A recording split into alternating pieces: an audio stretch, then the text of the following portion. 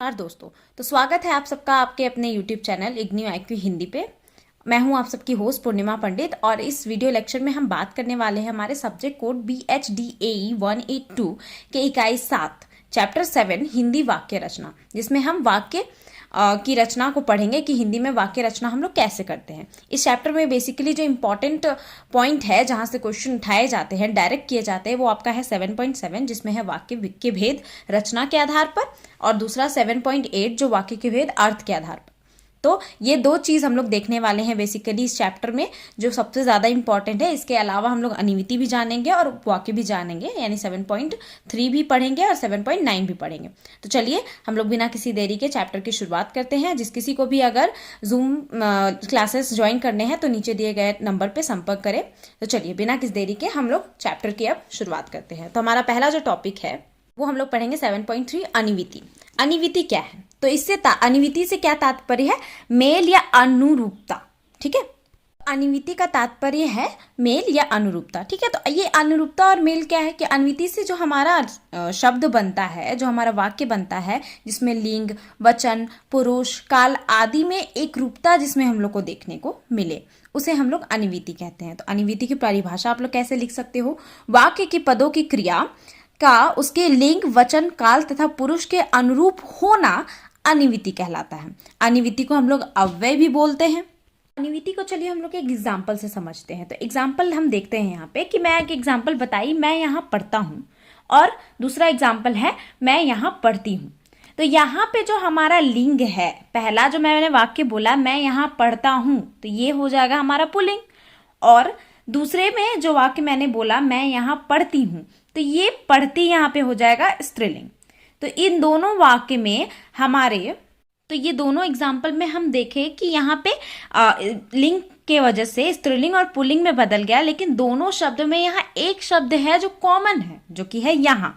तो ये जो यहाँ शब्द है ये हमारा हो जाएगा अनिविति या अव्यय, या तो इसको हम लोग बोल सकते हैं अविकारी शब्द। ठीक है, ये तीनों एक ही चीज है। अविकारी शब्द जिन शब्दों में एक रूप में कभी भी कोई परिवर्तन नहीं होता है, यानी जिन शब्दों के रूप में कभी कोई परिवर्तन नहीं होता है। और एक एग्जांपल दे दे तो जैसे शीला तेज दौड़ रही है और घोड़ा तेज दौड़ रहा है, यहाँ दोनों में सेंटेंस बदल गया, लेकिन उस शब्द जो तेज है वो तेज एक ही तात्पर्य दे रहा है और एक ही वर्ड है, जो कि हमारा अनिविति होगा या अविकारी शब्द होगा या अव्यय होगा।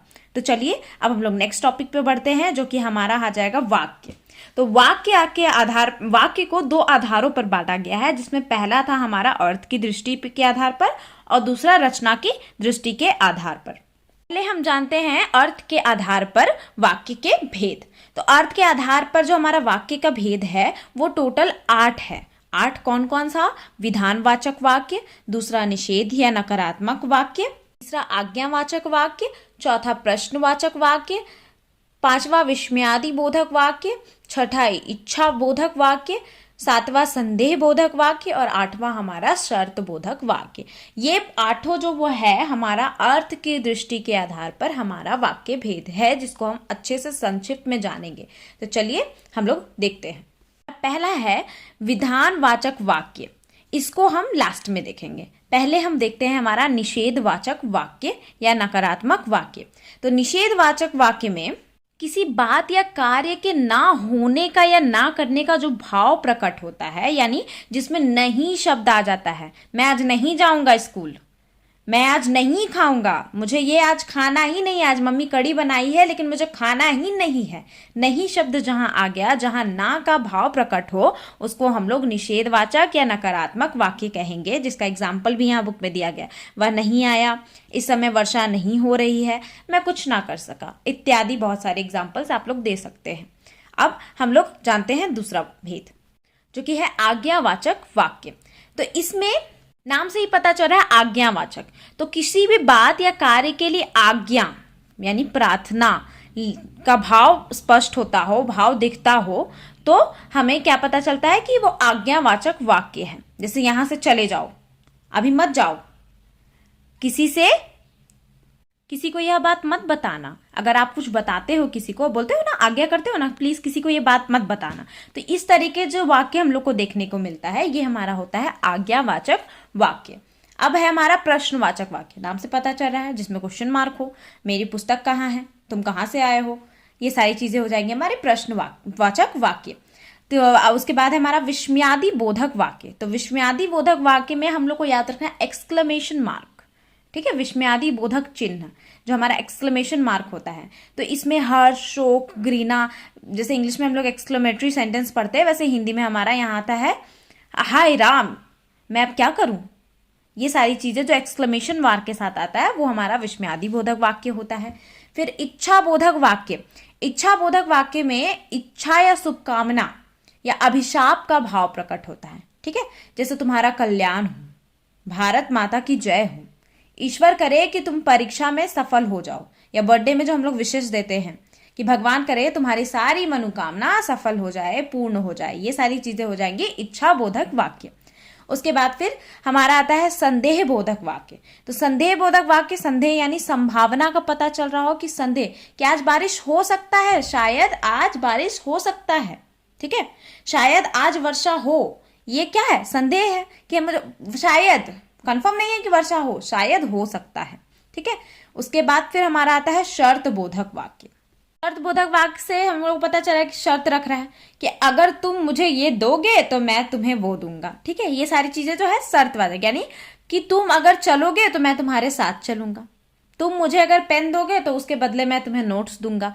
तो ये सारे हो जाएंगे शर्त बोधक वाक्य, ठीक है। तो ये सारा हमारा था अर्थ की दृष्टि के आधार पर वाक्य का भेद। अब हम लोग जानेंगे रचना की दृष्टि पर वाक्य के भेद, जो कि 3 है। पहला सरल वाक्य, दूसरा संयुक्त वाक्य, तीसरा मिश्रित वाक्य। तो चलिए हम लोग उसको डिटेल में पढ़ते हैं। तो हमारा पहला है सरल वाक्य, इसको हम लोग साधारण वाक्य भी कहते हैं। इसमें हम लोगों को सिंपल एक क्रिया का पता चलता है, जिसमें एक क्रिया हम लोग को मिलती है, जैसे मोहन सेब खाता है, तो यहाँ खाने की क्रिया का वर्णन हो रहा है। राम पुस्तक पढ़ता है, तो राम यहाँ पुस्तक पढ़ता है, ये हमारा पढ़ता है, यहाँ एक क्रिया की बात हो रहा है। शीला बाजार जा रही है, शीला बाजार जा रही है, यहाँ बाजार जाने की क्रिया का बात हो रहा है, जाने की क्रिया का। तो जिसमें हम लोगों को एक क्रिया का पता चलता हो, जिस शब्द में एक क्रिया आता हो, वो हम उसे क्या कहेंगे, सरल वाक्य। यहाँ बुक में एक डेफिनेशन दिया गया है सरल वाक्य के लिए कि जिस वाक्य में एक उद्देश्य और एक विधेय हो। अब यहाँ उद्देश्य और विधेय क्या है कि राम पुस्तक पढ़ता है, तो यहाँ जो पढ़ता शब्द है यही विधेय, यानी जो क्रिया हो रहा है उसी को हम विधेय बोल रहे हैं। तो ये हमारा हो जाएगा सरल वाक्य या साधारण वाक्य कि जिस वाक्य में एक क्रिया का बोध होता हो या एक विधेय का बोध होता हो, उसे हम सरल वाक्य कहते हैं। एग्जाम्पल में राम पुस्तक पढ़ता है, मोहन सेब खाता है, एक क्रिया के सारे वाक्य इसमें आ जाएंगे हमारे सरल वाक्य में। अब दूसरा है हमारा संयुक्त वाक्य। तो संयुक्त वाक्य और तीसरा मिश्र वाक्य जो हम लोग पढ़ेंगे, दोनों में दो दो क्रियाओं को देखने को हम लोग को मिलता है। जैसे अगर मैं संयुक्त वाक्य का एग्जाम्पल देके आप लोग को बताऊं, तो राम पुस्तक पढ़ता है और श्याम क्रिकेट खेलता है, ठीक है। तो यहाँ पे पढ़ता है और खेलता है, दो क्रिया का वर्णन हो रहा है। तो राम जो पुस्तक पढ़ता है ये एक वाक्य, कंप्लीट वाक्य हो गया अलग, और श्याम क्रिकेट खेलता है ये दूसरा वाक्य हम लोग का हो गया अलग, जो और योजक चिन्ह यानी और के साथ जुड़कर एक पूरा वाक्य बना है, जिसको हम लोग बोलते हैं संयुक्त वाक्य। संयुक्त वाक्य का डेफिनेशन कैसे होगा कि जिस वाक्य में दो या दो से अधिक सरल अथवा मिश्र वाक्य हो। अब मिश्र वाक्य क्या है बताती हूं। वे संयुक्त वाक्य या यौगिक वाक्य कहलाते हैं। संयुक्त वाक्य को यौगिक वाक्य भी कहते हैं। अब यहाँ पे एग्जाम्पल है कि आप चाय पिएंगे या कॉफी, ठीक है। तो आप चाय पिएंगे, ये क्या हो गया, ये एक सेंटेंस हो गया, एक वाक्य हो गया। और आप कॉफी पिएंगे, यहाँ पे कॉफी भी है, आप चाय पिएंगे या कॉफी एक साथ जोड़कर बता दिया गया। लेकिन अगर हम इसको अलग अलग पूछे कि आप चाय पिएंगे, आप कॉफी पिएंगे, ये दो अलग अलग वाक्य हो गया। यानी एक या दो या दो से अधिक सरल अथवा मिश्र वाक्य होते हैं। सरल वाक्य, संयुक्त वाक्य का जो डेफिनेशन किया गया है कि जिस वाक्य में दो या दो से अधिक सरल अथवा मिश्र वाक्य होते हैं। तो यहाँ जो एग्जाम्पल है, आप चाय पिएंगे या कॉफी, तो आप चाय पिएंगे एक सेंटेंस हो गया, आप कॉफी पिएंगे एक सेंटेंस हो गया। तो इसको जब जोड़ दिए एक संयोजक चिन्ह या चिन्ह लगाकर, यानी या, किंतु, और ये सारी चीजें जब लगा के हम लोग जोड़ते हैं तो उसको हम लोग संयुक्त वाक्य कहते हैं। तो आप चाय पिएंगे या कॉफी, ये हमारा संयुक्त वाक्य हो जाएगा। और मिश्र वाक्य हमारा हो जाएगा कि मिश्र वाक्य में जिस वाक्य में दो क्रिया हो और एक अधूरा वाक्य हो। सरल संयुक्त वाक्य में क्या था कि जिस वाक्य में दो क्रिया हो लेकिन क्या पूरा वाक्य हो, दोनों पूरा अपने आप में पूर्ण वाक्य हो। यानी राम पुस्तक पढ़ता है, ये एक पूर्ण वाक्य हो गया। श्याम क्रिकेट खेलता है, ये एक पूर्ण वाक्य हो गया। दूसरा एग्जाम्पल जो हम लोग देखें, आप चाय पियेंगे, तो आप चाय पियेंगे या कॉफी, ये अलग करेगा हम इसको, आप चाय पियेंगे और दूसरा आप कॉफी पियेंगे। ये दोनों एक अपने आप में इंडिविजुअल पूर्ण वाक्य हो गया। लेकिन मिश्र वाक्य में क्या है कि एक वाक्य दूसरे वाक्य पर आश्रित होगा, यानी डिपेंडेंट होगा। जैसे एग्जाम्पल में मैं बोलूं, राम ने कहा कि, पता चला है क्या कहा? नहीं ना। तो राम ने कहा कि श्याम क्रिकेट खेलता है, तो ये हमारा हो जाएगा मिश्र वाक्य कि यहाँ पे एक पहला सेंटेंस पे आश्रित है हमारा दूसरा सेंटेंस। राम ने कहा कि, क्या कहा पता नहीं, श्याम क्रिकेट खेलता है, कुछ मतलब निकल रहा है, उस पे आश्रित है कि राम ने कहा कि श्याम क्रिकेट खेल रहा है या खेलता है। तो जिस वाक्य में दो क्रियाओं का वर्णन हो, दो क्रिया हो और एक अधूरा वाक्य हो, उसको हम लोग मिश्रित वाक्य कहेंगे। ठीक है, अब यहाँ मिश्रित वाक्य का कुछ एग्जाम्पल दिया गया है हमारे बुक में। मोहन आज विद्यालय नहीं गया क्योंकि वह बीमार था। मोहन विद्यालय क्यों नहीं गया? क्योंकि वो बीमार था। वह बीमार है, इससे कोई मतलब तो नहीं निकल रहा है।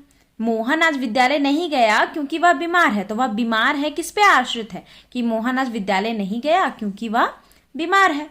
उसके बाद फिर जो लड़का कमरे में बैठा है वह मेरा भाई है। कौन लड़का कमरे में बैठा है? कौन किसका भाई है? वह लड़का जो कमरे में बैठा है वह उसका भाई है। ऐसा बता रहा है कि जो लड़का कमरे में बैठा है वह मेरा भाई है। तो ये अधूरा एक सेंटेंस लग रहा है, पता चल रहा है बोलने पे कि वाक्य अधूरा है, एक के बिना दूसरे का अस्तित्व अधूरा है। तो उसको बोलेंगे हम लोग जिसका एक वाक्य दूसरे वाक्य पर आश्रित हो। ठीक है, उसको हम लोग मिश्र वाक्य बोलते हैं। तो ये हमारा हो गया रचना के आधार पर वाक्य भेद। अब हम लोग पहुंचते हैं 7.9 जो इस चैप्टर का टॉपिक है हमारा उपवाक्य। तो उपवाक्य भी क्वेश्चन बनकर आता है एग्जाम में, तो हम लोग उपवाक्य को भी जान लेते हैं कि उपवाक्य क्या है। तो सरल शब्दों में जिन क्रियायुक्त पदों से आंशिक भाव व्यक्त होता है उसे हम उपवाक्य कहते हैं। तो उपवाक्य हमारा सरल वाक्य जो अभी हम लोग पढ़े रचना के आधार पर, उसमें हम लोग को देखने को नहीं मिलता है। अगर मैं एग्जाम्पल बताऊं, राकेश मोहन का घर गया, ठीक है, राकेश मोहन के घर गया, तो ये हमारा सरल वाक्य है, इसमें एक क्रिया आ रही है, तो इसमें हम लोग को उपवाक्य देखने को नहीं मिलेगा। लेकिन वहीं अगर हम बात करें संयुक्त वाक्य या मिश्र वाक्य की, तो इसमें हम लोग को उपवाक्य देखने को मिलेगा जिसमें दो क्रियाएं होती है। तो एग्जाम्पल अगर हम बोले, सुशांत मेरा अच्छा मित्र बन गया लेकिन मेरे साथ नहीं रहता, ये पूरा एक वाक्य हो गया। तो सुशांत मेरा एक अच्छा मित्र बन गया, ये एक पूरा वाक्य हो गया, तो इसको हम लोग बोलेंगे उपवाक्य। ठीक है, और इसी के साथ जो जुड़ा है लेकिन को हटाकर अगर हम बोले मेरे साथ नहीं रहता, ये हो गया दूसरा उपवाक्य। तो उपवाक्य भी आप लोग को समझ में आ गया होगा। ऐसे उपवाक्य के भी 3 प्रकार होते हैं, संज्ञा उपवाक्य, विशेषण उपवाक्य और क्रिया विशेषण उपवाक्य। तरह से उपवाक्य का भी आप लोगों को समझ में आ गया। अब जो हमारा लास्ट है, इसमें कुछ देख लेते हैं हम कि सरल वाक्य से संयुक्त वाक्य को कैसे हम लोग कन्वर्ट कर सकते हैं। तो वह खाना खाकर सो गया, ये हमारा सरल वाक्य हो गया जिसमें एक ही क्रिया का वर्णन हो रहा है। ठीक है, वह खाना खाकर सो गया, तो यहाँ खाना खाकर सो गया, तो खाने की क्रिया का वर्णन हो रहा है। लेकिन इसी को जब हम संयुक्त में कन्वर्ट करेंगे तो उसने खाना खाया यानी खाना खाने का क्रिया बता दिया, और वह सो गया, यहाँ पे वह सो गया, तो ये हमारा दो क्रिया का वर्णन यहाँ पे अलग अलग फॉर्म में हो जाएगा और दो वाक्य बन गया, और वह सो गया, तो ये हमारा हो गया संयुक्त वाक्य। ठीक है, जो हम लोग सरल वाक्य से परिवर्तन करके बनाए। अब सरल से मिश्र वाक्य का अंतरण, तो वह मुझे आने को कहता है, ये सरल वाक्य हो गया।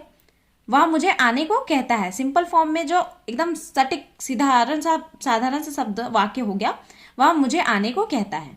अब इसको अगर हम लोग मिश्र वाक्य में बदलेंगे तो वह मुझसे कहता है कि जाओ अगर हम अलग करें तो उससे हमारा पहला सेंटेंस का अस्तित्व तो नहीं रह जाएगा। तो मिश्र वाक्य वही हमें बताता है कि पहला जो हमारा वाक्य होता है, दूसरा वाक्य हमारा उस पर आश्रित होता है। तो वह मुझसे कहता है कि जाओ। इसी तरीके से संयुक्त से मिश्र वाक्य अंतरण दिया हुआ है। मोहन एक पुस्तक चाहता था और वह उसे मिल गई। यह है हमारा संयुक्त वाक्य कि मोहन एक पुस्तक चाहता था लेकिन और वह उसे मिल गई। अब अगर हम लोग को इसको मिश्र वाक्य में बदलना है तो मोहन जो पुस्तक चाहता था उसे मिल गई, जो पुस्तक चाहता था, यानी रिलेट हो गया कि वो पुस्तक उसे मिल गई, तो ये हमारा हो जाएगा मिश्र वाक्य। तो इस तरीके से हमारा ये चैप्टर होता है कंप्लीट। इसमें मोस्ट इंपॉर्टेंट टॉपिक हमारा यही है, अनिविति जो हम लोग को पढ़ना था, उपवाक्य जो हम लोग को देखना था, उसके बाद मेन जो इंपॉर्टेंट है वो है हमारा वाक्य के भेद अर्थ के आधार पर और रचना के आधार पर, जो मैंने संक्षिप्त में बता दिया। अगर आप सबको वीडियो पसंद आई हो तो do like, share and subscribe.